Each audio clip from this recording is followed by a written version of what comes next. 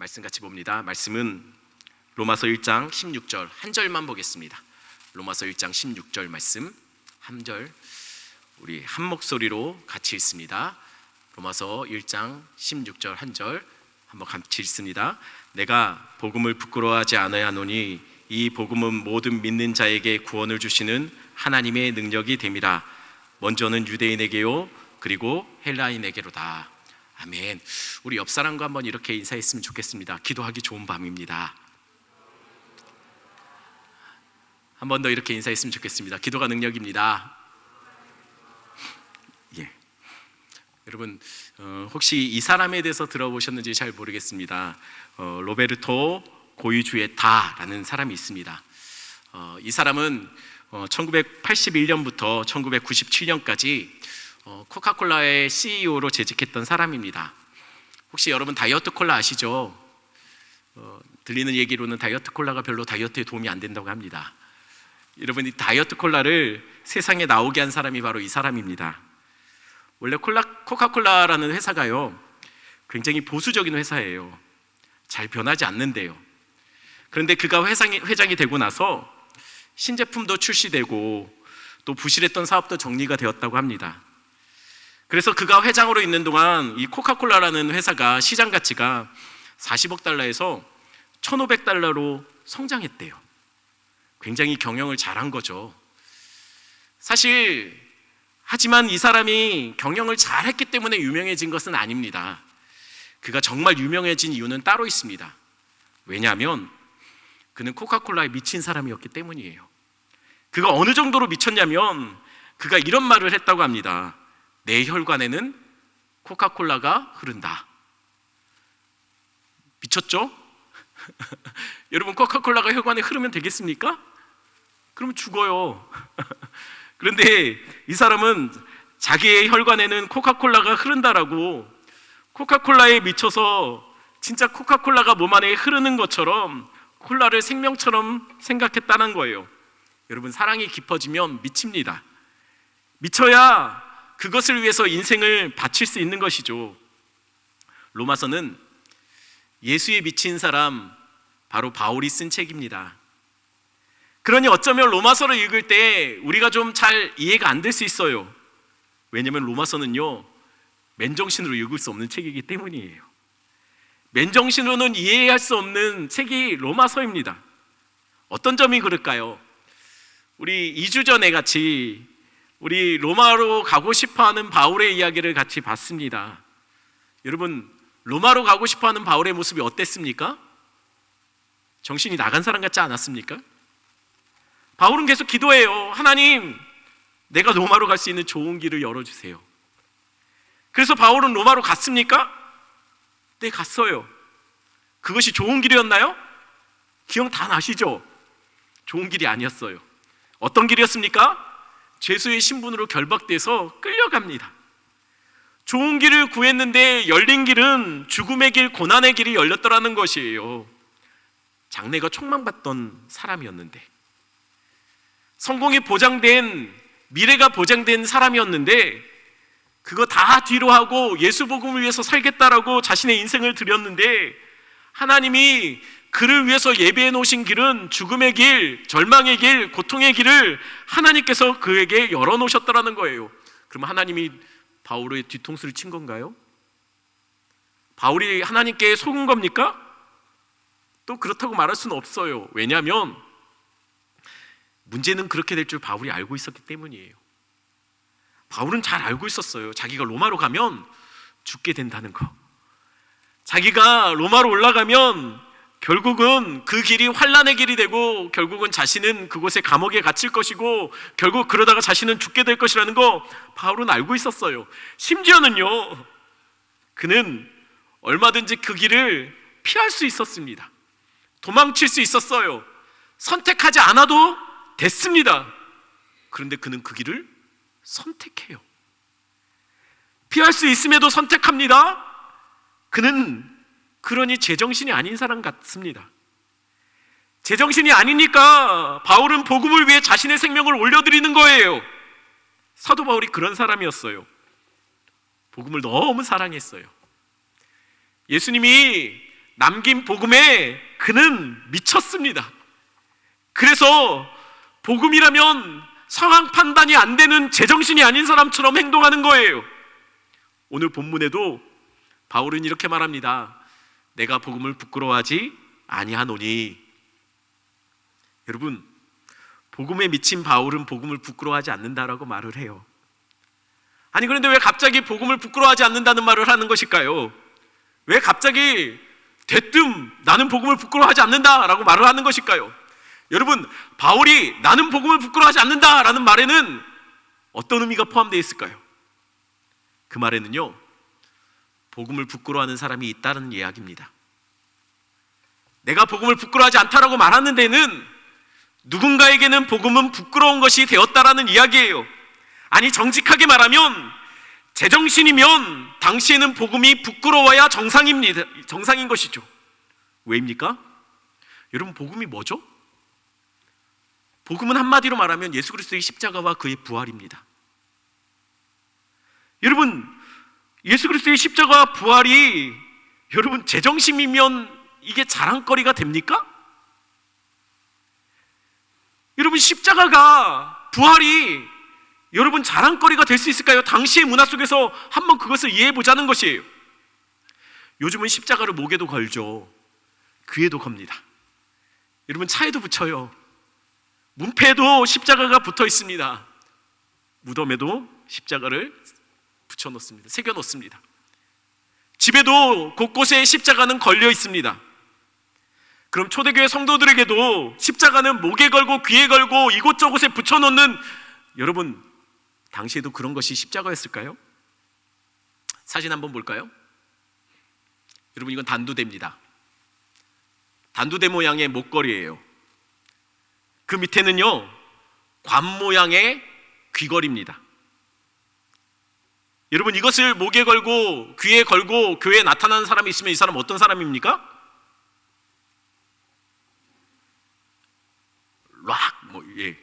락 하는 사람이죠.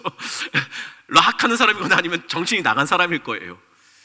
여러분, 누군가가 이런 선물을 여러분들에게 하셨다면 여러분 좋아하실 겁니까? 왜 하필? 그렇지 않습니까? 여러분, 이 다음 사진 볼까요? 이건 단두대예요. 혹시 집에 단두대를 세워놓거나 문 앞에다가 이것을 세워놓거나 집에 걸어놓은 사람 있습니까? 저는 많은 사람들을 신방했지만 여태까지 한 번도 우리 성도들, 제가 아는 분들 중에 단두대를 집에 걸어놓거나 단두대를 장식해놓거나 문 앞에다가 세워놓은 사람을 본 적이 없습니다. 왜요? 흉측하니까요. 흉측하잖아요. 여러분, 십자가가 당시 사람들에게 그랬다는 거예요. 지금처럼 십자가는 귀에 걸고 목에 걸고 집에 보관하고 이곳저곳 붙여놓고 집 문 앞에다가 새겨놓는 그런 것이 아니었다는 거예요. 그런 단두대보다 더하면 더했지 덜하지 않는 것이 십자가의 형틀이었다는 거예요. 십자가는 우리가 잘 아는 것처럼 사람을 매달아 놓습니다. 그리고 온몸의 피를 다 빼서 소위 말하는, 한마디로 말하면 피를 말려서 죽이는 것이 십자가의 형틀이었어요. 죽고 싶어도 십자가에 달린 사람은 쉽게 죽을 수 없는 것이 십자가였습니다. 그래서 어떤 사람은 그 십자가에 매달려 3일 정도를 버텨가는 사람이 있대요. 죽고 싶어도 죽지를 못하는 거죠. 이런 사람의 소원이 무엇이었겠습니까? 빨리 죽는 거 아니었을까요? 게다가 유대인들에게서 나무에 사람을 매단다는 것은요, 하나님께 저주받은 증거라고 생각했어요. 그러니 로마 사람들도 유대인들의 그 감정을 이해해서 십자가의 선고를 아무에게나 하진 않았습니다. 당시에 사람들에게 있어서 십자가는 굉장히 꺼리끼는 것이었어요. 그래서 정말 흉악범이 아니면, 정말 큰 죄를 범하지 않은 이상 십자가의 형틀에 죽는 사람은 별로 없었습니다. 그러니 당시 문화 속에서 유대인들에게 있어서 그들의 가족 중에 누군가가 십자가에 달려 죽었다라고 하면은요, 그 집안은 유대 사회에서 아주 몹쓸 집안이 되는 거예요. 이런 집안과 아마 혼사도 논하지 않았을 겁니다. 아마 이런 집안이 주변에 있다면 아마 그 가족은, 그 집안은 도저히 그 동네에서 살 수 없어서 자신을 모르는, 아무도 모르는 곳으로 떠나 다른 지역으로 이사해서 그렇게 살 수밖에 없었을 것입니다. 십자가는요, 당시에 부끄러운 것이었어요. 감추어야 할 것이었어요. 그래서 예수님을 실제로 따랐던 제자들마저도 십자가에 달린 예수를 보자 그들은 다들 숨었어요. 문을 걸어 잠고 숨어서 지냈더라는 거예요. 그런데 갑자기 숨어있던 이들이 갑자기 튀쳐나와서 이렇게 외치기 시작해요. 예수가 살았다. 예수가 부활했다. 아니 여러분, 이게 말이 됩니까? 어떻게 죽은 사람이 살죠? 이건 정신 나간 얘기예요. 죽은 사람은 살 수가 없는 것이죠. 그런데 숨어있던 자들이 뛰쳐나와서 동네방네 돌아다니며 예수가 살았다라고 외치더라는 것이에요. 게다가 여러분, 십자가에 죽은 예수가 살아났다는 것이 이렇게 동네방네 떠들며 자랑할 거리가 됩니까? 여러분, 이건 자랑거리가 아니에요. 어떤 사람이 갑자기 자다가 뛰쳐나와서 히틀러가 살았다, 히틀러가 살았다, 이 기쁜 소식을 전하라 라고 하면 여러분, 그 사람 어떤 사람입니까? 미친 사람이에요. 당시 예수 부활의 소식이 아마도 그렇게 들려졌을 거라는 거예요. 미친 사람들이 전하는 말, 신경 쓰지 않아도 되는 말.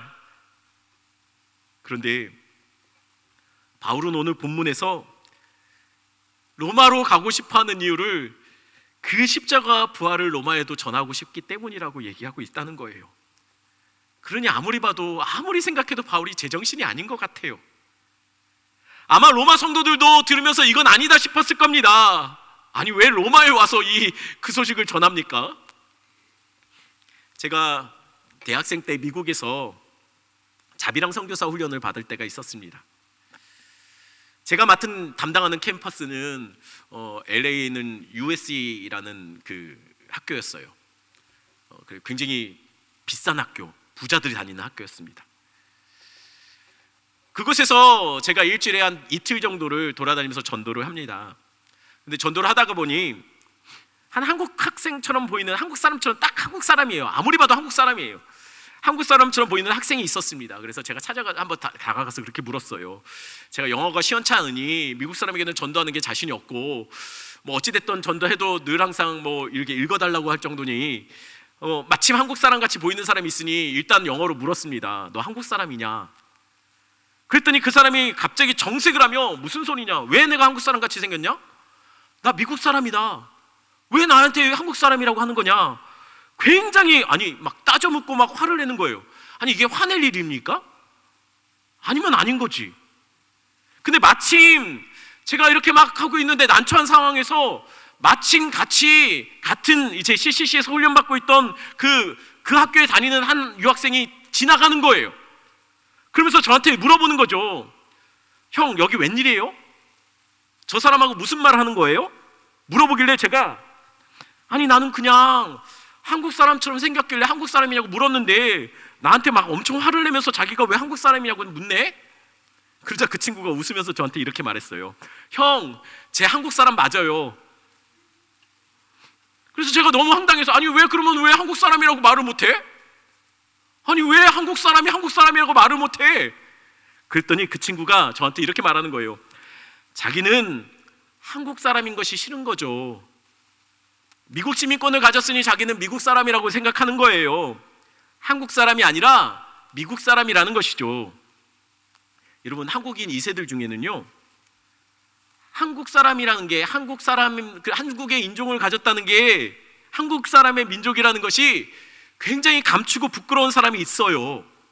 그걸 싫어해요. 감춰요. 그래서 부모로부터 독립하는 순간 한국 교회나 한국 사회나 한국의 어떤 이렇게 공동체에 들어오질 않아요. 왜요?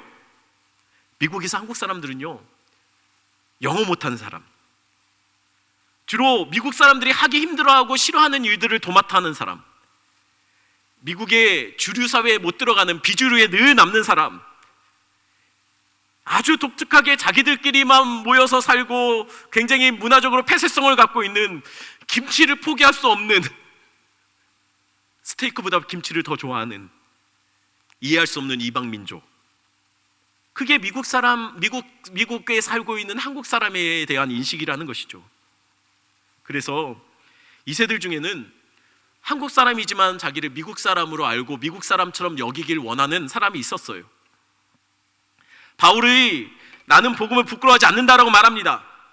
이 말 속에는 반대로 복음을 부끄러워하는 그리스도인이 있다는 것이에요. 성도이지만, 누가 봐도 성도이지만 자신이 성도인 것을 자신의 입으로 알리고 싶지 않은 그런 자들이 있었다는 거예요. 왜입니까? 성도이면 손해보기 때문이에요. 성도이면 억울해지고, 때로는 성도이면 제정신이 아닌 사람처럼 여겨질까, 그것이 불편한 사람들이 있었다는 거예요. 혹시 우리가 그렇지 않습니까? 회사에서, 사업장에서, 거래처에서 우리는 때로는 성도인 것을 감추고 싶을 때가 있더라는 것이에요. 왜입니까? 성도이면요, 억울해져요. 성도이면 쉬운 사람이 됩니다. 성도이면 불편해요. 성도인 것이 때로는 우리에게도 지우고 싶고 감추고 싶은 그런, 성도 아니고 싶은, 그냥 평범한 세상 속의 누군가의 한 명처럼 여겨주고 싶을 때가 우리에게도 있더라는 것이에요.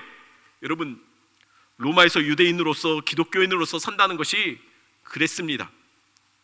굳이 내 입으로 성도다, 난 예수 믿는 사람이다 말하고 싶지 않은 그런 공동체, 그런 땅이 바로 로마였습니다.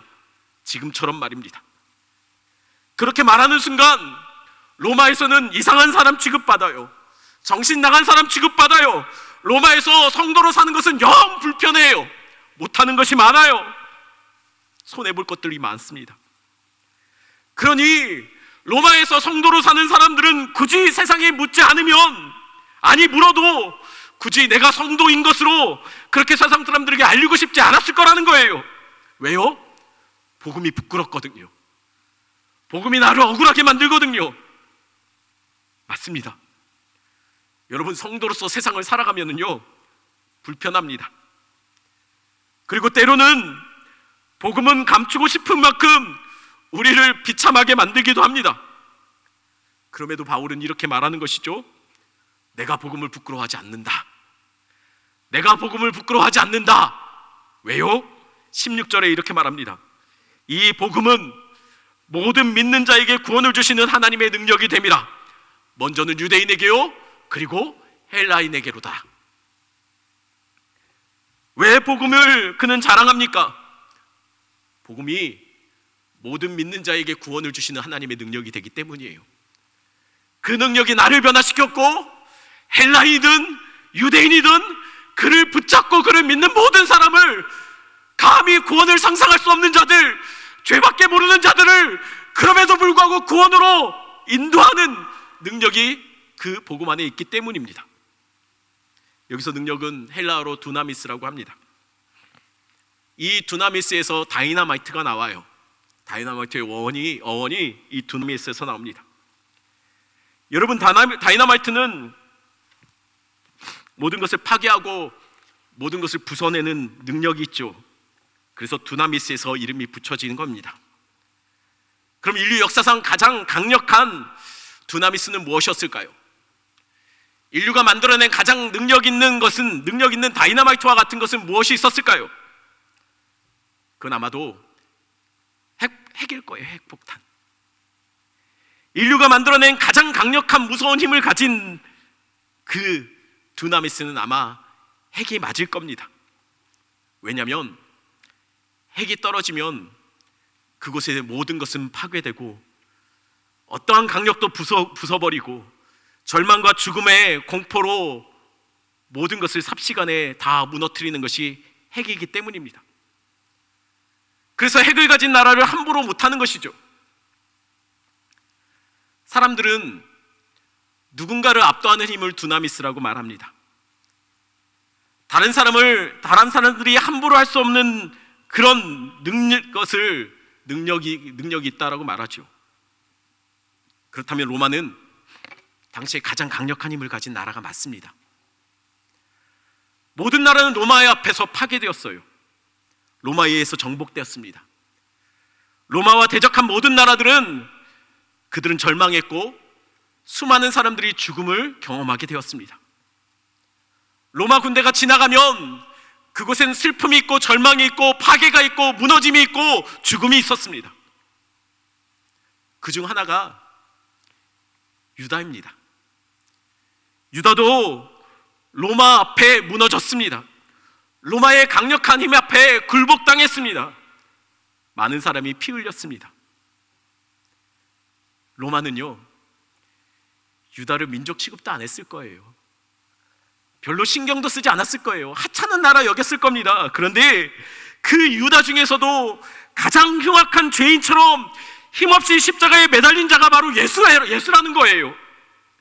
그러니 로마에서 과연 십자가가 능력입니까? 그러니 과연 로마에서도 예수 그리스도가 그의 죽음이, 그의 십자가가 정말 자랑거리가 될까요? 그의 부활이 과연 그곳에서도 자랑스럽게 외쳐질 수 있는 제목이 될 수 있느냐라는 거예요. 그래서 바울이 미친 거예요. 그래서 바울은 아무리 생각해도 제정신이 아닌 것 같아요. 왜냐하면 그런 로마 한복판에서 그는 복음은 능력이다, 복음은 능력이다, 십자가는 능력이다라고 외치더라는 것이에요. 그러면서도 그곳에서 복음을 자랑하고 있더라는 것이에요. 심지어는 실제로 그가 로마에 결박되어 감옥에 갇혔을 때도 그는 감옥에서조차도 복음은 능력이다, 십자가가 나를 살렸다라고 외치더라는 것이에요. 아니, 여러분, 이게 이해가 됩니까? 좀 잘 돼서, 좀 로마에서 한자리 하고, 좀 로마에서 자리를 잡고, 로마에서 떵떵거릴 때 그때 외쳐야 되는 거 아닙니까? 여러분, 형편없이 밑바닥을 길 때 감옥에 갇혀서 복음이 능력이다라고 말하면 여러분, 그것이 정말 복음이 능력처럼 느껴질까요?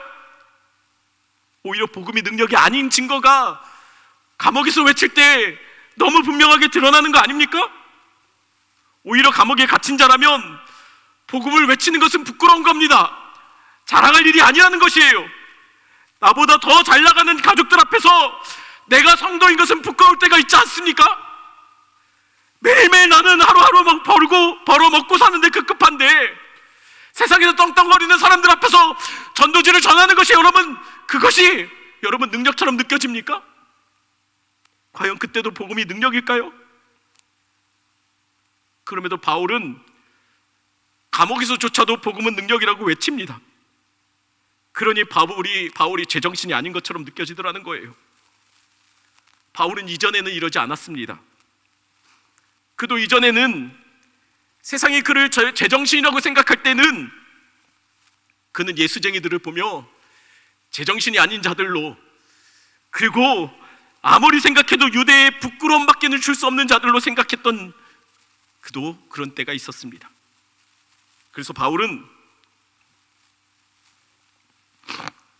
자신이 가진 힘으로 교회를 무너뜨리고 예수 믿는 자들을 잡아 가두고 죽이려고 했던 그것에 자신은 헌신했던 사람이었습니다. 그런데 그가 예수 믿는 자들 잡으러 가는 길에 다메섹 도상에서 그가 그렇게 부끄럽게 생각하는 예수를 만난 거예요. 그 예수를 만났을 때 그는 그 앞에서 꼬꾸라집니다. 그는 그 전에 자신이 생각했던 모든 철학과 신학과 모든 이성이 산산조각 나요. 그리고 그 앞에 엎드립니다. 그리고 주님, 당신 누구십니까? 라고 외치죠. 거기서 바울은 완전히 무너져요. 복음 앞에 숨이 막힐 정도로 사로잡히는 자가 돼요. 여러분, 바울에게 과연 복음이 이론이었을까요? 바울에게 복음이 철학입니까? 과연 바울이 복음하면 지식처럼 받아들였을까요? 아니요. 바울에게 복음이 능력이라는 것은요, 그의 경험입니다. 간증이었어요. 자기 같은 죄밖에 모르는 사람, 교회를 핍박하고 예수 믿는 자를 잡아 죽이려고 온통 모든 자신의 인생을 허비하며 살았던 그 인생을 뒤집어 놨던, 복음은 그에게 실제적으로 자신의 인생을 뒤집어 놓은 능력이 되었다는 거예요. 그가 예수를 그곳에서 만난 이후에 그는 이전의 능력이고 자랑이었던 것을 모두 배설물처럼 여기기 시작합니다. 그리고 이전에는 부끄럽게 생각했던 것을 그는 사랑하고 너무 자랑스럽게 생각하고 이제는 제정신이 아닌 것처럼 그 복음 앞에 자신의 인생을 들이더라는 것이죠. 여러분, 우리에게도 복음은 능력입니까? 여러분, 복음이 여러분 삶 속에서도 여러분에게는 자랑입니까?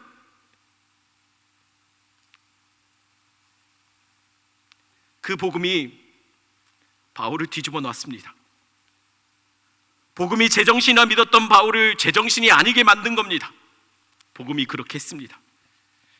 그래서 세상은 사도 바울을 이렇게 말합니다. 사도행전 24장 5절 말씀 같이 읽어봅니다. 우리가 보니 이 사람은 정신병 같은 자라.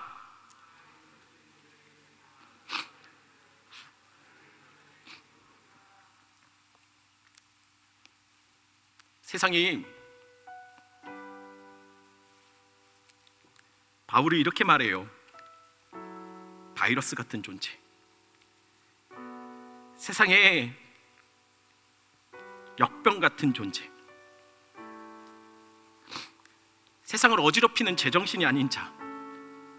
세상을 시끄럽게 만드는 골칫거리. 그런데 놀랍게도 세상이 말하던 능력을 가진 로마는 세상 모든 나라를 정복시키고 죽이고 파괴했습니다. 그게 세상이 말하는 능력이죠. 그런데 유일하게 로마가 정복하지 못한 나라가 있어요. 로마가 아무리 흔들어대도 무너지지 않았던 나라가 있더라는 거예요. 세상의 모든 나라가 로마 앞에서 다 무너지고 파괴되고 죽음밖에는 경험하지 못했는데 로마가 정복하지 못한 나라가 있습니다. 아니, 로마가 정복당한 나라가 있습니다. 로마보다 더 큰 능력이 있는 나라가 있습니다. 그게 무엇입니까? 바로 교회입니다. 하나님의 나라인 교회가 이겼습니다. 로마는 그들이 가진 힘으로 교회를 핍박하고 성도를 감옥에 가두고 매질하고 죽였지만 놀랍게도 그러면 그럴수록 더 교회는, 더 복음은 더 능력이 돼서 불처럼 번져갔습니다. 로마는 세상을 정복했지만 교회는 로마를 복음으로 정복했습니다. 진짜 능력은 남을 압도하고 남을 죽이고 파괴하고 누군가를 절망하게 만드는 것이 진짜 능력이 아닙니다. 진짜 능력은요, 절망을 소망으로 바꿔내는 능력. 그것이 진짜 두나미스예요. 죽음을 생명으로 만들어내는 것이 진짜 능력입니다. 죄밖에 모르던 인생이 도저히 그 죄를 선택해서 그것에서 돌이킬 수 없는 한 인생이 그 죄악에서 돌이켜 하늘 백성으로 살아가게 하는 것이 복음이며 복음의 진짜 능력이에요. 죽일 수 있는 것을 세상은 능력이라고 말하지만 죽음을 밟고 일어서는 것이 진짜 능력이라는 것이에요. 이건 세상 정신으로 볼 수 없는 능력입니다. 제정신으로 볼 수 없는 능력이에요. 예수 사랑에 미쳐야 볼 수 있는 능력입니다. 예수 심장이 이식된 자들이 할 수 있는 말도 안 되는 능력이 바로 복음이라는 거예요. 그 혈관에 예수 보혈이 흐르는 자들이 고백할 수 있는 것이 바로 복음이 능력이다, 십자가가 능력이다 라고 말할 수 있다는 것이에요. 여러분, 그러니 미쳐야 삽니다. 미쳐야 제정신이 되는 거예요. 성도는 미쳐서 제정신이 된 자들이 성도입니다. 고린도전서 2장 2절 말씀 제가 읽어드립니다. 내가 너희 중에서 예수 그리스도와 그가 십자가에 못 박히신 것 외에는 아무것도 알지 않기로 작정하였습니다. 이게 미쳐서 제정신이 된 자들의 고백이고 우리의 고백입니다. 예수 그리스도와 그의 십자가, 그거밖에는 알지 않기로 작정하는 우리 믿음의 성도들 되기를 간절히 축원합니다. 우리 십자가의 전달자 같이 찬양합니다.